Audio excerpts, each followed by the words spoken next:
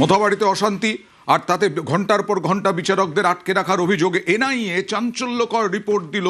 NIA supreme কোর্টে চাঞ্চল্যকর report. সেখানে জানানো হলো এই আইএসএফ নেতা গোলাম রাব্বানির নেতৃত্বে বিএলওদের নিয়ে আসা হয়েছিল। বিএলওদের নিয়ে এসে বিএলওদের মাধ্যমেই বেশিরভাগের নাম বাদ, আর পরিকল্পনা করেই মোথাবাড়ির আন্দোলনে বিএলওরা। কথা বলবো প্রতিনিধি অমিতের সঙ্গে। অমিত, এরকম বিএলও কজন এবং তাদেরকে কোন উদ্দেশ্যে বিএলওদের সামনে এগিয়ে দেওয়া হয়েছিল? দেখো, এসআইআর এর কাজে নিযুক্ত ছিলেন বিএলওরা এবং যাদেরকে জমায়েত করা হয়েছে বা যাদেরকে জড়ো করা হয়েছে আজ দেওয়ার জন্য অধিকাংশ গ্রামবাসী যাদের নাম বাদ দিয়েছে তাদের এবং যেহেতু এসআইআর এর কর্মীরা, সেক্ষেত্রে বিএলওদেরকে জোর করে হুমকি দিয়ে কালিয়াচক 2 নম্বর ব্লকের বিডিও অফিসের সামনে আনা হয়েছিল, জুডিশিয়াল অফিসারদের সামনে বিক্ষোভ দেখানোর ক্ষেত্রে।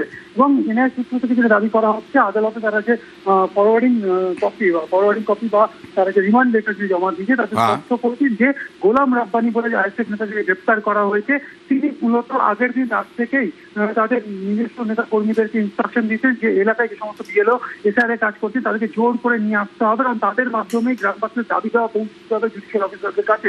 তাদেরকে সামনে রেখে সেখানে ঘেরাও কর্মসূচির কিন্তু উদ্যোগ নেওয়া হয়েছিল বা পরিকল্পনা নেওয়া হয়েছিল আইএসএফ এর তরফে। এই তথ্য উঠে আসছে বা এই তথ্য যে উঠে এসছে সেই বিষয়টি কিন্তু আদালতে আসবো। এই কংগ্রেস প্রার্থী, সেই কংগ্রেস প্রার্থীকেও নিয়েও আমরা গতকাল খবর করেছি। অশান্তির নেতৃত্বে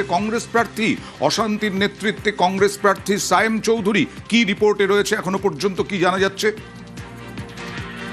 কিন্তু তথ্য তুলে দেওয়া হয়েছে আদালতের কাছে। কারণ সায়েম চৌধুরী তার কংগ্রেস নেত্রী, ওখানে লোকাল যে কংগ্রেস নেতা বা কর্মী ছিলেন তাদেরকে দিয়ে সেখানে গ্রামবাসীদেরকে জড়ো করা, জমায়েত করা এবং অ্যাজিটেশন পরিচালনা করার ক্ষেত্রে বা জমায়েত আন্দোলন বিক্ষোভ কর্মসূচি তার নেতৃত্বে হয়েছে। তথ্য উঠে এসেছে থেকে সায়েমকে রবিবার দিন দীর্ঘ জেরা জিজ্ঞাসাবাদ করা হয়েছে এনআইএর তরফে। এবং রবিবারই আমরা দেখেছিলাম যে কংগ্রেসের 2 জন কর্মী, একজন হচ্ছে ছাত্র পরিষদের নেতা আর একজন হচ্ছে আইএনটিইউসি নেতা, তাদের গ্রেপ্তার করা হয়েছে। তাদেরকে ইতিমধ্যে এনআইএ হেফাজতে নিয়েছে। সেক্ষেত্রে কংগ্রেসের সায়েম চৌধুরীর নেতৃত্বে যে জমায়েত বা বিক্ষোভ কর্মসূচি সে তথ্য উঠে এসেছে। সেক্ষেত্রে কংগ্রেসের কারা যুক্ত রয়েছেন বা অন্যান্য স্থানীয় রাজনৈতিক দলের কারা যুক্ত রয়েছেন সমস্ত কিছু কিন্তু এই মুহূর্তে তদন্তের পর্যায়ে রয়েছে, এমনটা দাবি করা হচ্ছে এনআইএর তরফে।